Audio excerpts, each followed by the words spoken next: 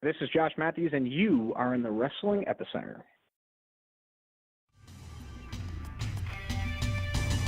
You're listening to Interactive Wrestling Radio, featuring the Interactive Interview, courtesy of WrestlingEpicenter.com. Hello, everybody, and welcome to another edition of Interactive Wrestling Radio. Today is going to be the teleconference with Gail Kim. Here we are in 2017 getting ready to talk about Bound for Glory, and it occurs to me the last time we had Gail Kim on our show was an exclusive interview back in 2005 talking about the very first Bound for Glory. How cool is that? I hope you guys check out the archives and listen back to that old classic interview with Gail Kim, and of course hear this one, which might be her last one on our show because she is calling it a day at this Bound for Glory. Enjoy the interview and check out our archives at WrestlingEpicenter.com.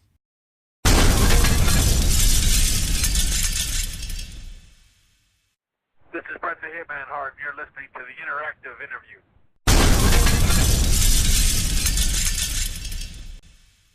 Ross, are you on this phone?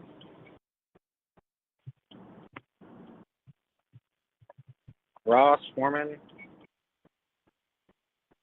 Anyone on the line? Oh! Yeah, Josh. Ross, is that you? Mr. Matthews, I don't think Foreman's on the line yet, sir. Okay, I'm going to mute my line until he's on. Thanks, guys. That's fine. Ross Foreman. I'd like to welcome you to this week's Impact Wrestling Media Teleconference. We have a different format than we've done in the past. We have two special guests talking about two different topics. First, I'd like to welcome everybody. Josh Matthews, welcome to the teleconference. Thanks, Ross. Hello, everyone. I'll open it up to questions here in a second, but I just want to start by saying yesterday was a huge day for us as we launched the Global Wrestling Network worldwide, and a proud day for everyone that's worked so hard on this project for the past year and a half as we finally got it up and going yesterday and listened to all the feedback from social media.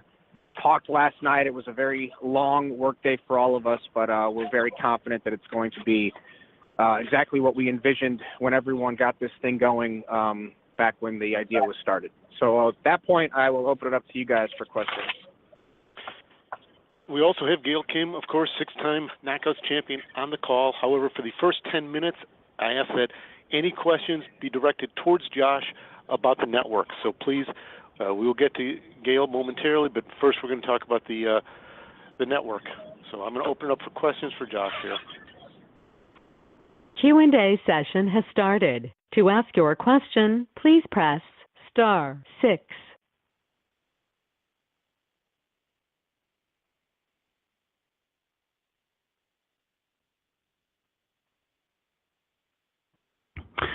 Hello, Mr. Matthews. This is Big Ray for OneWrestling.com. First and foremost, congratulations on the network, and we're all really excited about it, and we have a lot of questions, I'm sure. But one of the questions I wanted to know right off the top, will we be able to stream live Impact shows, or will we be able to watch these shows directly after Impact goes off air?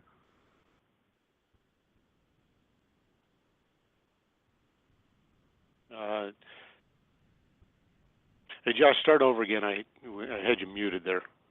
Okay. There'll be a delay in most territories and most countries. It's going to be roughly 10 days for everyone, worldwide. You can pretty much count as that being the benchmark for how far you'll be able to see episodes of Impact. I think late last night they added almost all of 2017, maybe not last week or the week before, but most of 2017 has been added.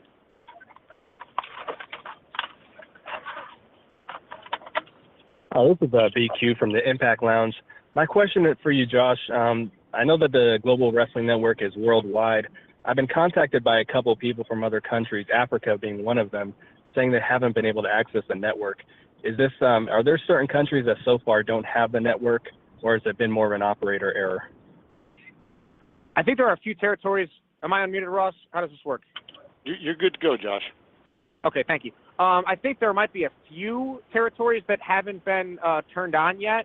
But as it relates to like specific places in Africa, I would have to check and get back to you guys. But I think that, you know, as it relates, it's worldwide, but there might be a few territories that haven't gotten it yet. Hi, Josh. This is Nick Hausman from WrestleZone.com.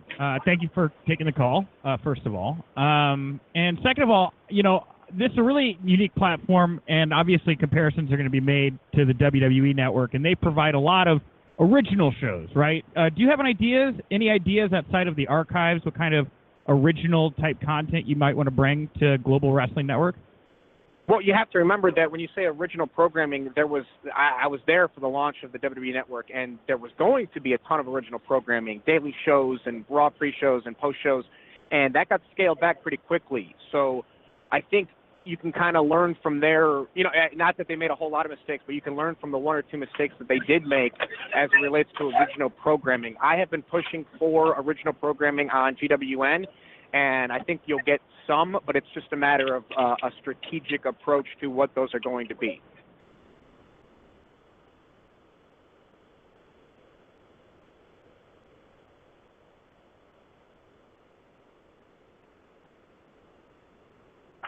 Hi, Josh. Thank you very much for taking the time here today.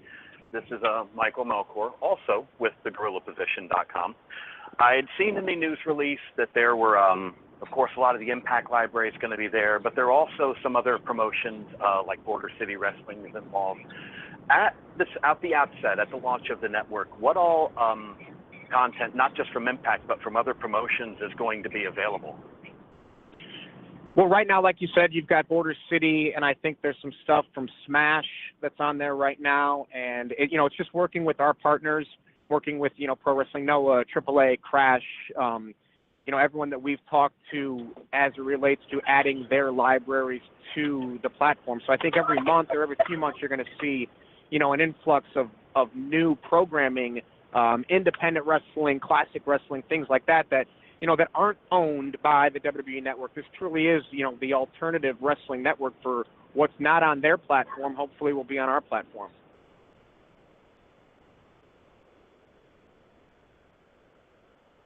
Hi, Josh. This is John from ImpactAsylum.net. And our viewers are asking when we'll get to see the Destination America years and the Spike years, as well as will we get treated to the Rinka Kinka work as well? Yeah, I think that's just a matter of time, a matter of when all those things get uploaded. I mean, last night, 2017, wasn't uploaded, and then it was up, you know, a little while later. So I think it's just a matter of feeding the beast and loading all of these things. And I'm super excited to see the Destination America and Pop stuff, too, because I think that when we left Spike, you know, a lot of people didn't get to see what Impact was doing during those years. So it's a good time to sign up, get the app, and see all those things that you may have missed.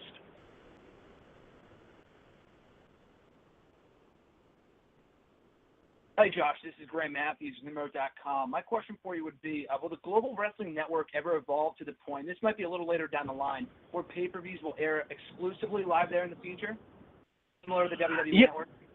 Well, it's an interesting topic, and I wish I had more time to talk to you about my thoughts on pay-per-view versus just strictly streaming. I think that WWE has gone back and now has offered some pay-per-views available, you know, on their televisions through their cable providers or satellite providers. I don't know if we'll ever go exclusive. I think that I can confidently say that Bound for Glory will be available on the app. But I still think that you have to work with your television partners, your cable partners, you know, your direct TVs, dish networks, and not upset them by pulling everything. You know, they've been good partners to us over the years. You know, One Night Only airs every month on pay-per-view, so I don't know if you would want to take the pay-per-views away from them. I think that, you know, you just work different deals out.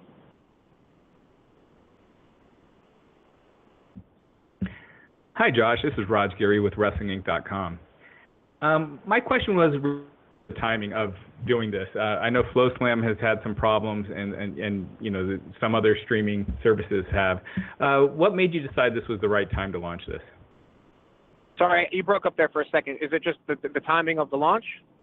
Yeah. What made you guys decide that this was a good time to add a streaming service? I think it was ready to go. I mean, if I'm being candid with you, I mean, it was just one of those deals where, we knew we wanted to do it. Our president, Ed Nordholm, knew that he wanted to do this service, and, he needed to talk to, the different partners. And then, you got to work with, there's so much that goes into this that I've learned along the way. You have to work with people that build the app, and then you have to test it, and then you have to make sure that it's right. And then, this is a process that's been going on for some time. It could have launched back in August, wasn't ready. So, now it's ready and up and going, and the demand is there. We saw that last night on social media, and the numbers that we got today, everyone's super excited. And it's just one of those things where I mentioned the last time I did a round of media, we got knocked down that day from Sports Illustrated for no reason, and now here we are launching a worldwide app today.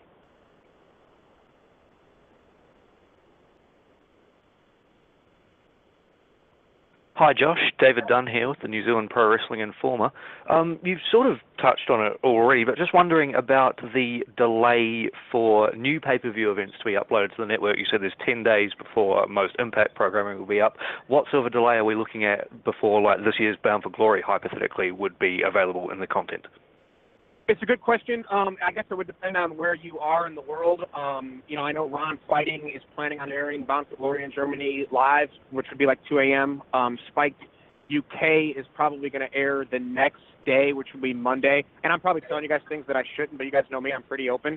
So it just depends on where you are in the world as it relates to when you'll get BFG on the app.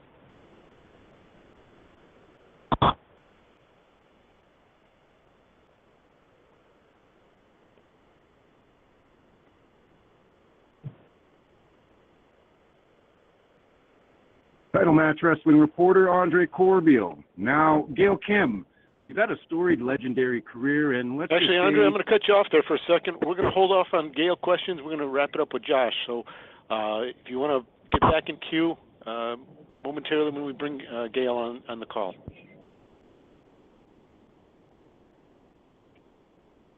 Jim Barcelona, MiamiHerald.com.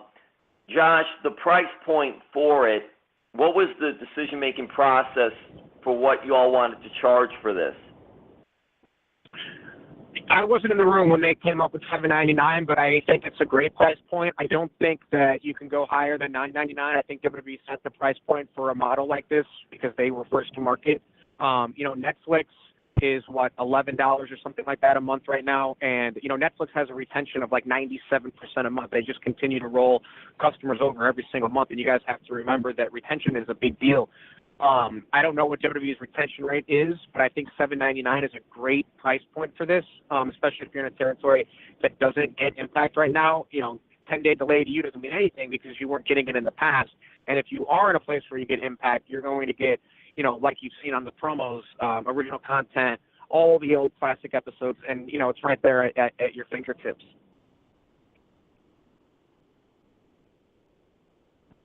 Hey, Josh, this is Riju from Sportskira here.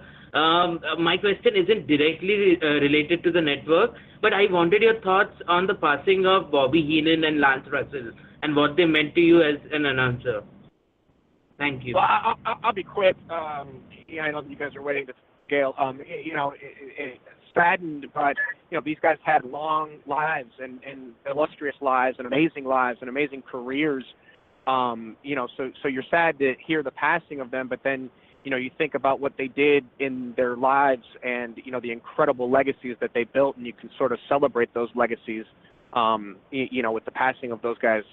So a loss for sure to the wrestling world, but two lives that were lived to their fullest. All righty, Josh, I appreciate your time so much. Any final thought about the network? I think that, right now is the time to go get it, guys. It's a free 30-day trial that's available right now. We're test driving this thing, and we're pushing it as hard as we can. And I think I had no less than 200 emails yesterday between people in the company and up in Canada trying to make sure that this is working as great as it can for all of you. So, again, someone said congratulations to me. It's not a congratulations to me. It's a congratulations to our fans, the legacy, the 16 years that this company has built. So I thank you guys. Enjoy Bound for Glory on November the 5th. And, Ross, I'll talk to you in a little bit. Perfect. Josh, thank you very much. And now let's welcome none other than the 6-time former Knockouts champion, Gail Kim. Get ready to go back to your native country, Canada. My native country, yeah. What are your thoughts? If you'd like to ask a question, please, your request has been received. I don't even remember the last time I was in Canada wrestling, to be honest. It's been that long. So it's actually, I'm relieved that I get to wrestle there before my retirement. Well, before we open up for questions, Gail, congratulations. I'd like you to share with everybody what happened yesterday to you. Yesterday, I officially became a dual citizen. I waited a long time to get my citizenship here. A lot of people ask me why I took so long, and I had to be honest, and I said it was kind of laziness. I always just thought I'll do it next year, and then as soon as Donald Trump became president, I said I better do it now. We'll see what happens. But I got it yesterday. It's official. Well, congratulations. We'll be sure to celebrate up in Canada. Canada, definitely. All right. Well, we can open up for questions. If you have questions for Gail Kim at this point, feel free to *6. You may now ask your question. Hi, Gail. It's James from the Wrestling Epicenter. It's a pleasure to talk to you. Hi, James. I guess my question is, hey, good to talk to you. So disappointed to hear that you're calling it a career. I guess I wanted to find out if or what caused you to make that decision, and if so far as your date's approaching towards the end of the road, if you've had any second thoughts about it. No, I haven't had second thoughts about it because, to be honest, it was a long time coming. Not a long time coming. I would say that a lot of my close friends were kind of planting the seed of the idea in my head, only because, you know, realistically, come on, I've been doing it 17, like next year would be 18 years, and Muted. I'm turning 41 in February, and for my friends who care about me, who are in the business, they were kind of like, they were thinking, you know, you need to plan ahead and you want to go out the right way. And they all knew that I always said that I wanted to retire on top in terms of my performance, and because of my back being the way it is, I just knew realistically it was getting to that point.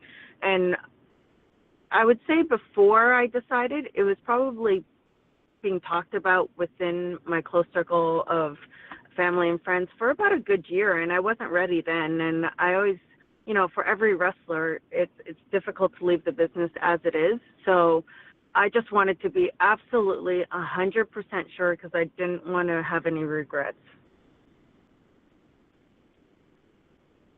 Before we move on, just a quick note to Andre. I didn't mean to cut you off earlier when we were talking to Josh. So if you get back in queue, if I see your number there, I'll go right to you. Okay. Hi, Gail. This is BQ with the Impact Lounge. First of all, congratulations on the dual citizenship. Regarding your backstage role with the company, this is one of the deepest knockouts rosters in the last couple of years, to the point that some of the ladies like MJ Jenkins, Alicia Edwards, and even to a point Ava Story have not been highly featured on television. What would you say to those girls, or what have you said to them, maybe to help them keep their spirits up in that situation? Right, absolutely. I mean, the one thing that I do communicate with all the girls very often, I want them to know that they should have a relationship with me where they can feel comfortable to talk about anything, whether it's frustrations, happiness, learning, anything. I just want them to feel comfortable to say their thoughts, because they all know me now and they know my personality. I'm a very direct person. What you see is what you get with me. And whether that's criticism, whether that's positive reinforcement, whatever it is. And I told them, I said, just from my experience of being in this business so long, the one thing that I have learned looking back is that this business is all about patience. It really, truly is. And I get it, because I've been in their shoes, all of their shoes at one point or another. And, you know, I think for everybody, they want it now. You know, there's not a lot of patience in that. But I think, and I've told them and been honest about what they need to work on. And I feel like once they have been seen on television, for example. Let's take an MJ, for example. She's under contract. She hasn't officially debuted. She's done a couple of things for us. But now I feel like with a good break, I've told her, I'm like, let's do it right. And, you know, you only have one chance to make a great impression once you re-debut, because she did an all-girls pay-per-view and kind of got thrown in the mix with Ava and herself and Alicia as well. And I feel like now they all have that one chance to shine individually, and we want to do it right. So it is all about patience. It is all about progression and being ready. And they're all very positive in their spirit. So I think once they get to the point of frustration, we can deal with that. But like I said, it's all about patience and hard work. Thank you.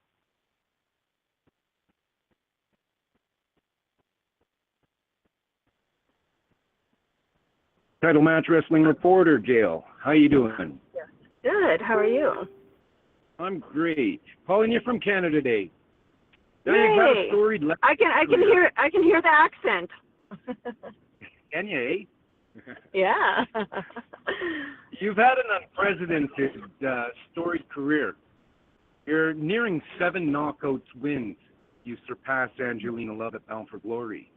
Now my question is, who on the knockouts roster following that win, if you do, would you want to pass the torch to before you retire? And whom on the knockouts roster do you think is most deserving of that? Well, I'm not sure when my very last match will be, but I can answer the second part of your questions. I feel like there's a lot of strong girls who have been there in the past couple months to up till recently. I feel like they all should be given a chance in terms of, for example, Allie. She's been wrestling for a really long time, a fellow Canadian, really talented. She's been more of a character these days, but I feel like she's going to start transitioning to show what she can really do in the ring. So she's one. Another fellow Canadian that has just joined the roster was Taya. And I have to tell you, I mean, I had heard so much about her beforehand, and then to meet her and to see what she does in the ring, and she's just polished. She's got, this is the best way to describe her. When I saw her do her entrance, I was blown away, and I said, she's a star. And that's all I have to say about that. She's a star, and I feel like she is the future.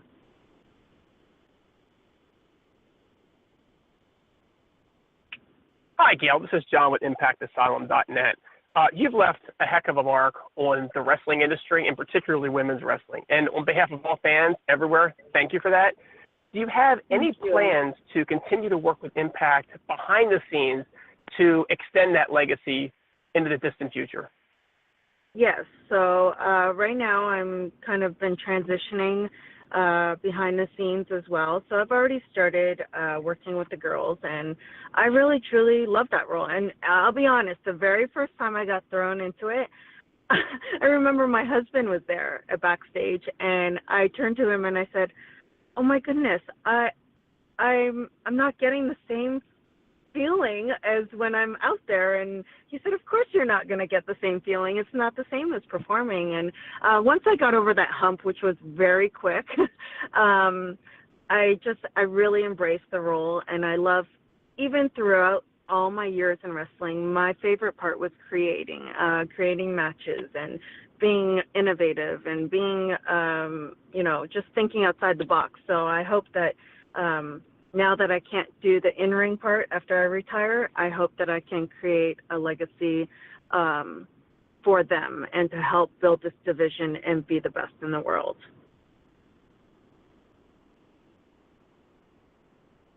How you doing, Gail? It's John Pell from Slam Wrestling in Toronto. How are you? Hi, good. How are you? Fine, thank you. I've got a 3-part question for you. How does it feel to have the opportunity to compete and possibly win the title in Canada? Who do you think is your biggest threat in the match? And do you feel any extra added pressure because you're coming back to your home country, Canada? Okay, so the first question, let's go back to the first question. You said, can you repeat it? Yeah, so what does it feel like to compete in your home country for the belt? Oh, yeah, I honestly, because I had made that decision to retire, my original plans, because I made the decision probably well over a year ago, I think it was 2 years ago, to be honest. I had originally planned to retire in the UK because we were doing the UK tours every January. And then we stopped doing them. So I was kind of disappointed because I really wanted to be in front of those fans. And now, I mean, I didn't even think Canada would be a possibility. And so this kind of just all fell into place perfectly for me, I felt like. It's a dream come true to be able to wrestle in Canada again. And not just that, at a very meaningful night, which is Bound for Glory, and it's actually the 10-year anniversary of our Knockouts title. So for me to be able to perform, I'm going to have some friends drive up from Toronto, my hometown, and for me to be able to perform in front of my friends and family, that's what's most important, and the Canadian fans who I haven't seen for years. So I just know that they're going to be amazing, as they always are, and I really just want to blow them away, and we want to steal the show that night. This is Big Ray. Oh, sorry.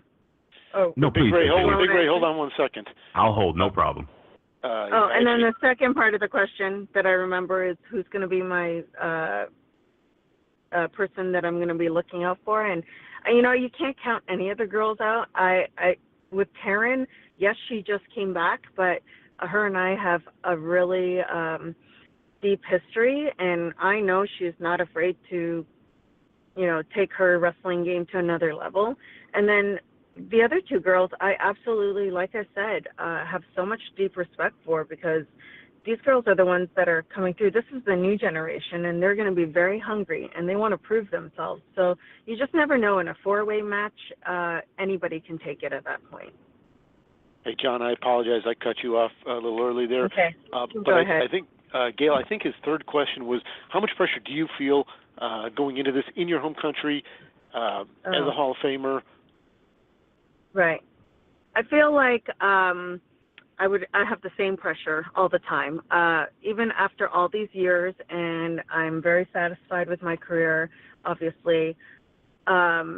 It's always the same pressure. I always want to be the best on the show. I want to always be as good as the guys, if not better, and I want to steal the show. So for me, the pressure is equally the same, whether I'm in the Impact Zone in Universal, Orlando, or Toronto, Ottawa, or the UK, anywhere. I put the same amount of pressure on myself. I'm a perfectionist. Big Ray, go ahead. It's all you. Thank you, sir. Well, first and foremost, I have to say that it's an absolute pleasure, Gail, to speak to you. You know, I've spoken to numerous people who have had interactions with you, and not only are you just, from what I've heard, a class act, but just a good person all around, a true icon. Thank you. Well, it's true, Gail. I hear nothing but good things about you, and that's the honest truth. And you know, a revolutionary, an icon. I mean, you were one of the very first women that wrestled that we said, you know what, she's not just a great women's wrestler, she's a great wrestler. And that is amazing. And I want to thank you for all the years that you've provided the amazing action that we've seen in various rings all over the world. Thank you so much. But that's not my question, Gail. Thank you. I appreciate it. Okay, we'll move on. Big Ray, you're done. No, I'm just kidding. Ross, I've been waiting for this for a long time. First, listen, you know, I've been working at OneWrestling.com for a long time. We've been big fans of yours, and you know, over the last, this question is actually not about you. It's about your very handsome and very talented husband, Mr. Chef Irvine, or Chef Irvine. Yeah. Now, has this gentleman ever had the itch to get in the ring? I mean, the guy is huge. He's in shape. I mean, he's you know, he has the look, as they say. Has he ever wanted to get in the ring and maybe do a mixed tag with you? And my second and last question is, what's breakfast like with you guys? I mean, this guy is a Class A world-renowned chef. I mean, do you even go to a restaurant or anything like that? You wouldn't even have to step out.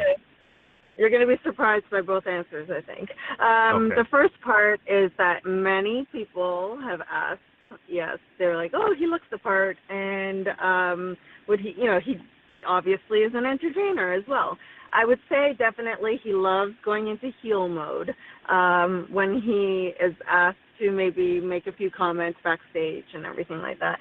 So he has fun with the character part of it, but I will definitely say when it comes to the in-ring part of it, he, from just being around me and watching shows and knowing the guys, he respects us too, so greatly, and he knows he would never step inside the ring because he respects what we do and how long it takes to become good, and he's just honestly a pussycat. If I was playing around with him, he would probably say, "Ow, Gail, you hurt me." So it's pretty funny because I'm probably when he's tough, but I think I'm tougher when it comes to taking a little bit of a beat down. And then the second part of the question, in terms of food, it's funny because a lot of people always say, you must eat like a queen and everything, and I do when he cooks, but over the course of almost 9 years, he's probably cooked maybe 10 times because we're never home. We travel a lot. And for breakfast, I can be honest, majority of the time it's Starbucks, and we get the same thing, and it's like egg white bites or egg bites and oatmeal and a coffee. And then the rest of the time, it's pretty standard. We don't do anything really fancy. We like eggs and toast. So, not exciting for you guys, but we just like good food, and I always tell the story of when we went on our honeymoon, and everyone always has the impression that we need to eat at 5-star restaurants and fancy schmancy places. And to be honest, we had that the first night, and I told him after that, I said, I don't want this. I want to cancel all our reservations, go hit all the local spots, and just get good food. And that's what we do most of the time. He leaves it up to me where to eat, to be honest. Well, thank you so much. You are a true lady and an icon, and I mean that, an icon in this business. Thank you so much, Gail. Thank you, Ray. I appreciate it. Hi, Gail. David Dunn with the New Zealand Pro Wrestling Informer. I wanted to speak to you about your... Exotic, right? Yeah. I want to speak about your Hall of Fame induction. Obviously, for most pro wrestlers, going into the Hall of Fame is something that happens at the end of their career. Not the case in your situation. So how did you feel to be inducted into the Hall of Fame as an active competitor? And then what's it like going out there nowadays and wrestling, knowing that you're adding to your legacy and you've already had a Hall of Fame career? Right. Well, I think in our company, most of them that were inducted were still active. I always joked around that once that happened, that was kind of my sign to retire. But I had already decided that before then anyways.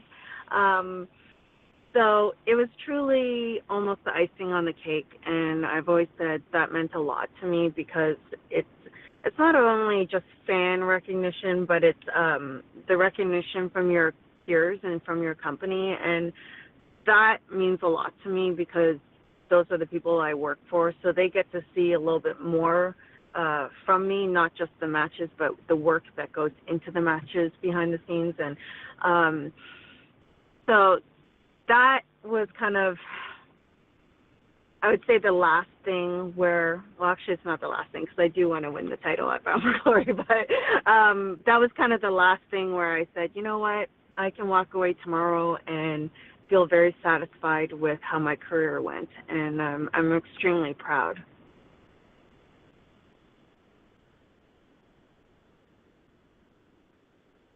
Hey, Gail, Ryan from thegorillaposition.com. First of all, thanks for your time with us today. Listening to you speak, we've seen a lot of ladies step up and become color commentators, and of course there's always been the backstage role. I'm just wondering, would you think about continuing an on-air role as a commentator or possibly a manager? I know you're going to continue your backstage role with the company. Just wondering if you might stay on screen with us. Right. I mean, if the company asked me to do that, of course I would. But, my strength has always been in the ring in terms of wrestling. But I am comfortable now, obviously, with all aspects of the game. And so I wouldn't say no. I just, like I said, can't continue physically for much longer. That's it. Hey Gail, this is Riju from Sportskida in India. I've been a fan for many years. Hi.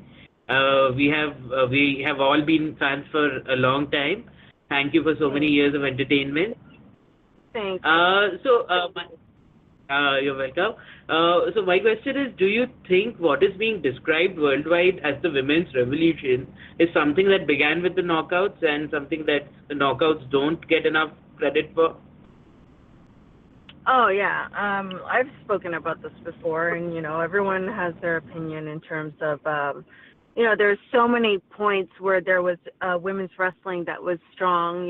When I started with WWE, they had a strong women's division, but I kind of started. What I was referring to when I talked about the Impact's knockouts revolution is because at the time that we did it, there was no women's wrestling on television that was at the forefront. It was literally women's wrestling was dead for a while, and it was very frustrating for me in terms of, because I always loved the sport of wrestling. So for me to sit back and I did the manager thing for over a year, and at first I was just patient and happy to be back in a company where I felt passion again. But then after a while, it just felt like I was wasting my time, and I just didn't want to waste my talent. And because of, what happened to me previously, I just felt like time was ticking.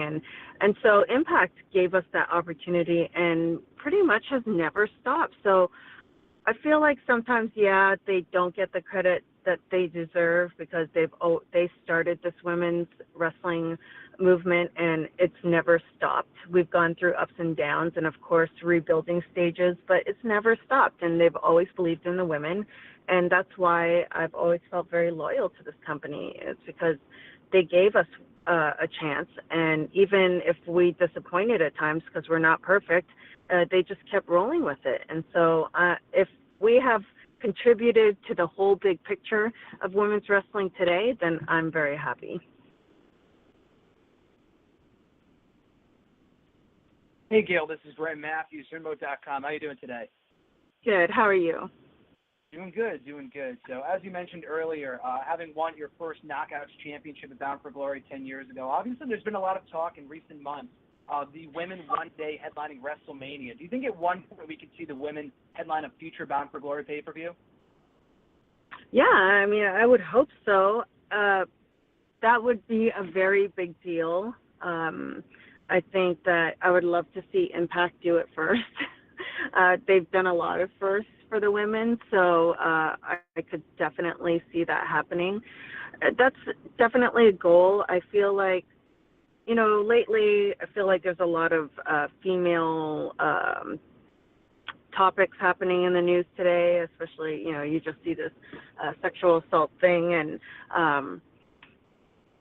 it's just made me realize at times that yes, there's a women's revolution going right now, and it's getting better for the women, but I feel like it still could go much faster. It could still happen on a bigger scale, and I feel like, yes, it's happening, but it's not still at the point where we want it to be, and things like main eventing a pay-per-view, that's a first step towards it. So I would love to see that happen, and I would love to see it happen within Impact one day soon.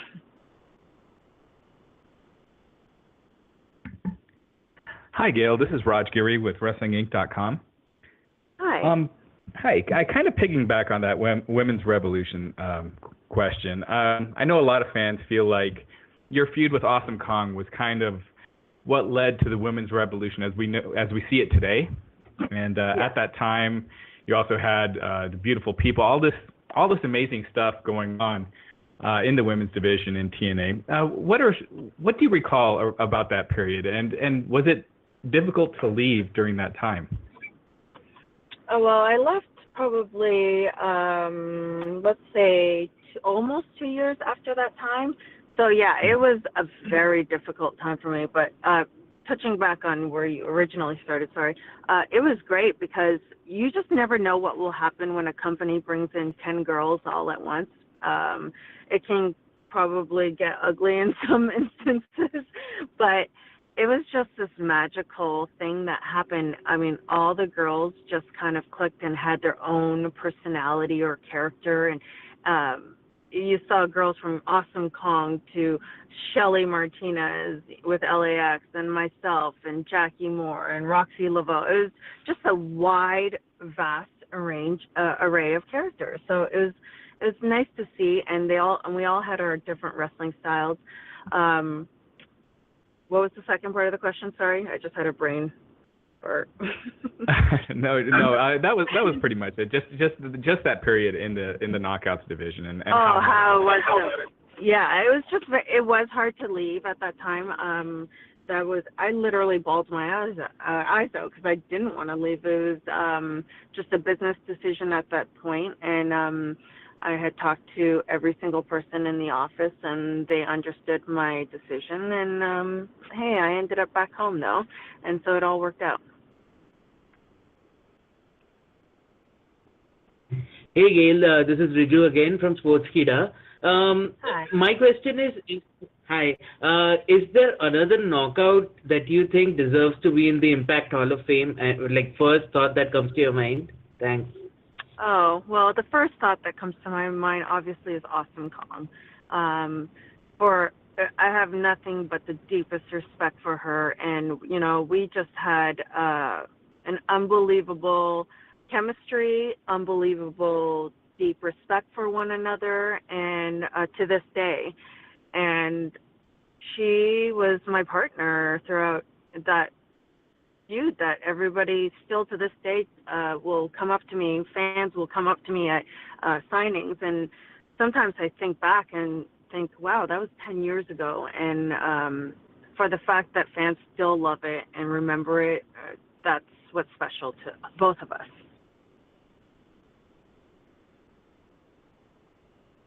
Hey, Gail, this is Gray Matthews, Venmo.com again. Was there anyone that you wish you could have worked with that you didn't have the chance to during your time in Impact? And who have been your favorite opponents, aside from just Awesome Kong?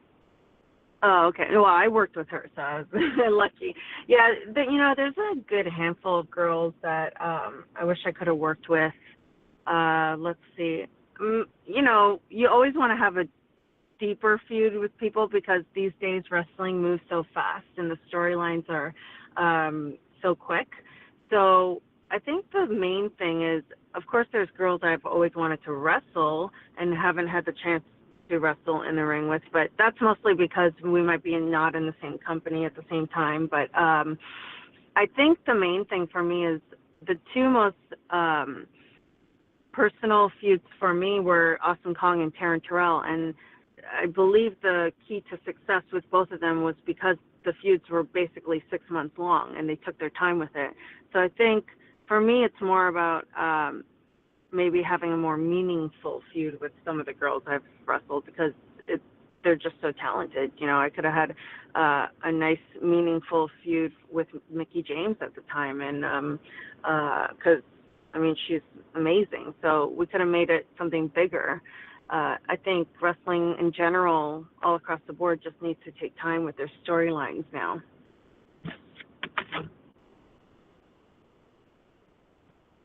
Hey Gail, Riju from Sportskeeda again. What do you think of Hi again. What do you think of Rosemary's success in the division and the fact that she's so widely popular now? And what did you think of what happened between her and Sexy Star, the whole controversial thing that happened? Right. Do you have a take on it? Thank you. Rosemary, I love her. I just think, number one, she's just well-rounded in every way. She's polished. That's the word I use for girls that, I feel like they're at the point. Of course, you can always learn. I still learn to this day, and I'm retiring, but she's just polished in her character, her promo work, her in-ring work. She's just very good. So I love that she's different. I love that she has a strong character and she really embraces it. in terms of what happened with her and Sexy Star. I mean, whether it was her or it could be anyone, a male wrestler, a female wrestler, that's just something you don't do. It's a well-known unwritten law. You need to take care of your partner in the ring and trust one another, because we literally put our lives in each other's hands. It's wrestling is not something that you have to be trained, and you have to be smart, and you have to be careful and take care of the person you're wrestling with. So it at the time, and obviously now, I still stand by everything we've said about it, and I hope that hopefully she learned from her lesson. I don't know what's going on with her right now, but I lost a lot of respect for her. That's for sure. You just don't do that. Hey, Gail, it's Big Ray from OneWrestling.com again. Thank you. Hi. Hi. I wanted to give you a chance to say hi back, just in case. I know. So my question to you is, first and foremost, have you ever had the opportunity, and can you share a story of having, let's say, a quote-unquote cringe-worthy match with, let's say, an up-and-coming female talent, and then, you kind of pulled her aside and you gave her some advice, and from that point, you saw her grow into something special? Or has someone ever pulled you aside and maybe, done the same for you? And the last thing is, you're in your early 20s. Why are you retiring? Yeah, right? I wish. I mean, I wish my body at least felt like it was in my early 20s. I miss that. I feel like there was no one specific girl that maybe I didn't have a defining moment, I guess you could say. Molly was the one that gave me my opportunity. Molly was the one that I copied in terms of, her beliefs and morals in this business. I don't believe in having to backstab anyone, and I always just wanted to be a good person and hoped that my hard work and talent paid off in some way. In terms of, of course I've had cringe-worthy matches. I mean, everyone has at some point in their career. I've had some on live television. So it wasn't necessarily with a green girl or anything like that. I've never had to really, I think I just help girls in general, whether I watch their matches or wrestle them. I just try to give back what I've been given. And, I had, for example, Dawn Marie, when I started in the business, I was just talking about her with, actually Missy Hyatt. I just saw her last weekend, and she said, it was the first time I met Missy Hyatt, and she said, Dawn Marie and I just spoke, and she spoke very highly of you. And I said, I love Dawn because when I got into WWE and I was thrown to the wolves and really didn't know anybody and I was so green, she was one of those girls that kind of showed me the ropes in the business aspect of it. Not necessarily in the ring. She did as well in the ring, but mostly, about handling yourself backstage and how to handle yourself and conduct yourself within the company. So she helped me a lot in that regard. Everyone has given me a little piece or a little lesson, I would say, along the way.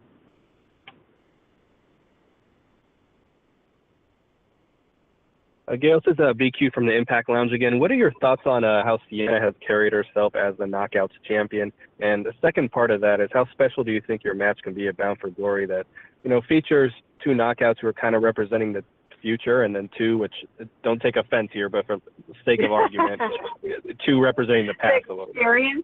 The experience. Yeah. I love the aspect that we have two that represent the future, and then two that represent the past of the Knockouts division. It's kind of funny because I feel like we've all of a sudden taken this turn. When Taryn came back, when Taya joined the roster, it was like this new invigoration into the Knockouts division. And I feel like now we have a really, really solid division. And I feel like it's a good balance, and I think it gives the fans a fresh take on things. And because throughout the last couple of years, I would say a lot of fans were like, "We need more knockouts. We need more knockouts," and fans these days get bored very quickly. So I think lately, in the last couple of weeks, we've given them some stuff that we had a 6-girl tag, and it was Taya, myself, Taryn, Rosemary, Allie, and Sienna, and everybody was just so excited. I would say it was like the most response we've gotten in a long time, and I think people are just happy to see a solid group and a diverse group. And the first part of the question, how do you think Sienna's carrying herself as a Knockouts champion? Oh, in real life or?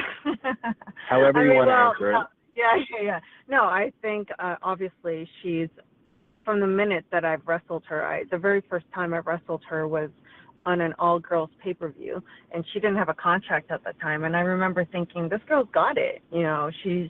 She obviously knows what she's doing and has been wrestling a long time. So even though she's like the new generation, she still has a lot of experience behind her. So yeah, in that case, I think that she represents the Knockouts very well, but I think it's time for a new champion. Thank you.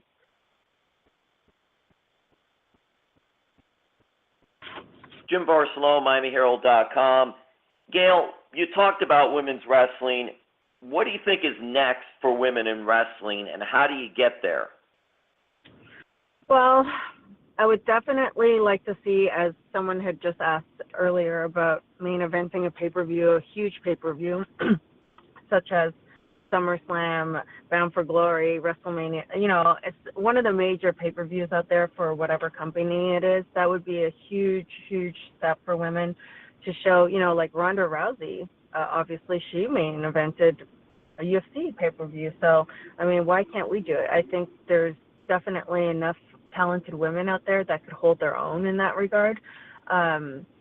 And then the next thing I would say is I would love to see more, this is more behind the scenes and everything, because yes, there's this women's revolution going on, but I'm sorry, women still don't get paid equally to men in this business or in entertainment in general. I mean, you see it in Hollywood, and it's not any different in wrestling. I would highly doubt that any top girl in a wrestling company gets paid equal to any top guy. So there are many regards in terms of, this women's revolution. It's not just about being used in wrestling. It's got to be all the way around. And I'm a true believer in that, and I'd like to see all those things come to fruition at a much quicker rate than it's happening now.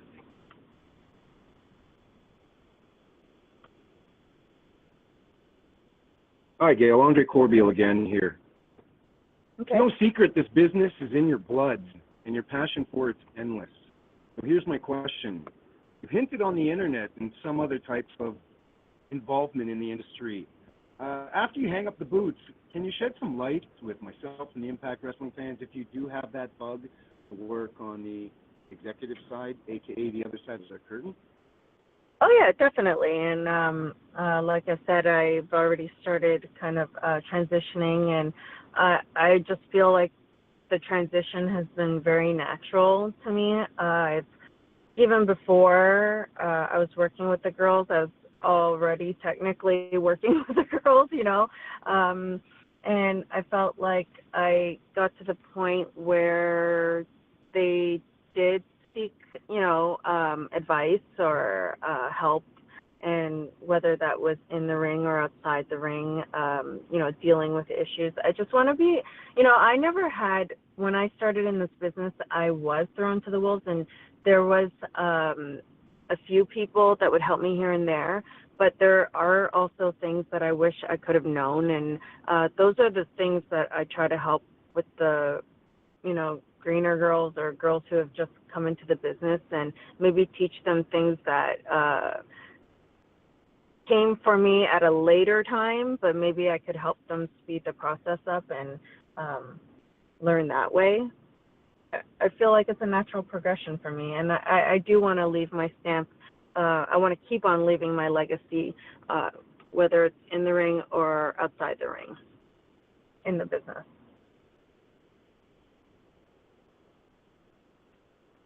Hello, Gail. David Dunn with the New Zealand Pro Wrestling Informer again. You spoke about enjoying your feuds with Taryn and with Awesome Kong, and I was just thinking now that the Global Wrestling Network is live, people will potentially be able to go back and watch the footage from these things. So is there anything specifically that you'd recommend to, say, perhaps a newer fan of yours and say, hey, go back, check this out, I think you'd like it? Yeah. Because a lot of people, for example, people who are not wrestling fans at all, I might meet people through my husband at events, and they're like, oh, you're a pro wrestler? I'm going to have to Google you. And I always say, don't watch my WWE matches. And I always say, go watch some TNA matches. And so I would say my top 3 favorite matches of all time would definitely be with Awesome Kong. I had a no disqualification pay-per-view match. It was final resolution, so I'm very proud of that match with her. And of course with Taryn, the last knockout standing match and the ladder match. So there was just a lot of that. All of those matches just came with the perfect build. We really took our time with all of that, and just really proud of them. We have time for a few more questions here. Hey Gail, Riju from Sportskeeda again. So having come up from OVW, what was your take on Jim Cornette coming to Impact Wrestling as an authority figure? And I was also wondering if you saw the recent standoff between him and Santino and what your take was on. Yes, someone actually did show me that video. And for me, it's just, hey, I feel like any business is going to have, it's like almost high school, I guess. You know, you're going to have your group of friends, and you're going to have the people you get along with and the people that you're tight with. But then at the same time, you might not agree with people. So I don't know their personal matters. I know that I get along with both of them, and I respect both of them, and I've never had an issue with both. I like both individuals, so I don't like to see when two people don't get along that I like. And like I said, it's none of my business. I don't know what exactly happened there. It's just not, for me, I'm sad that they don't get along. Ryan, it's time for the final question.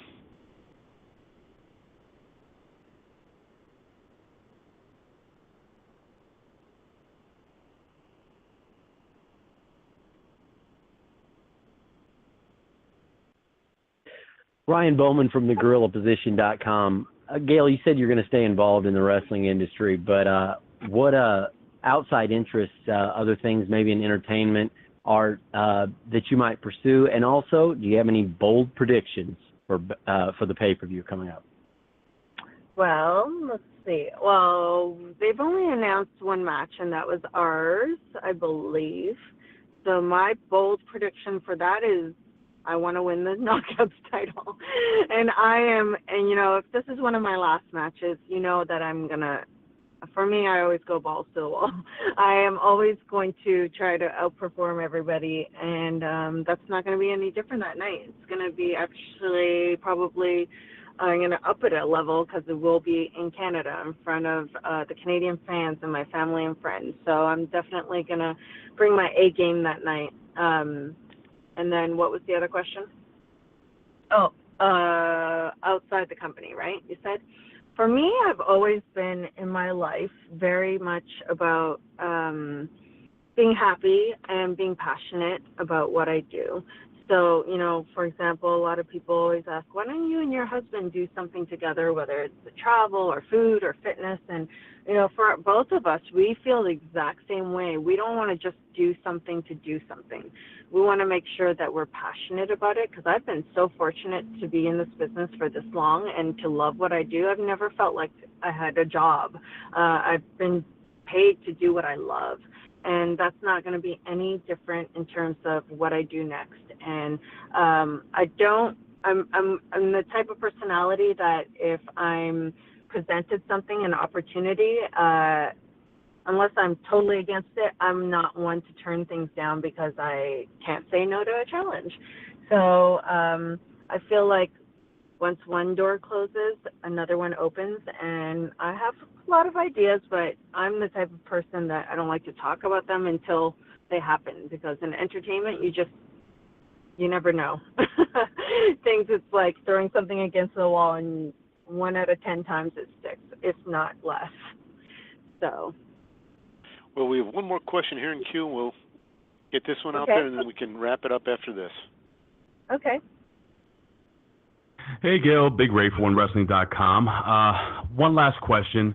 Now that you're going to be retired, is there maybe a secret talent that you have that we're going to see Gail Kim unleash on the public when she finally leaves the world of professional wrestling?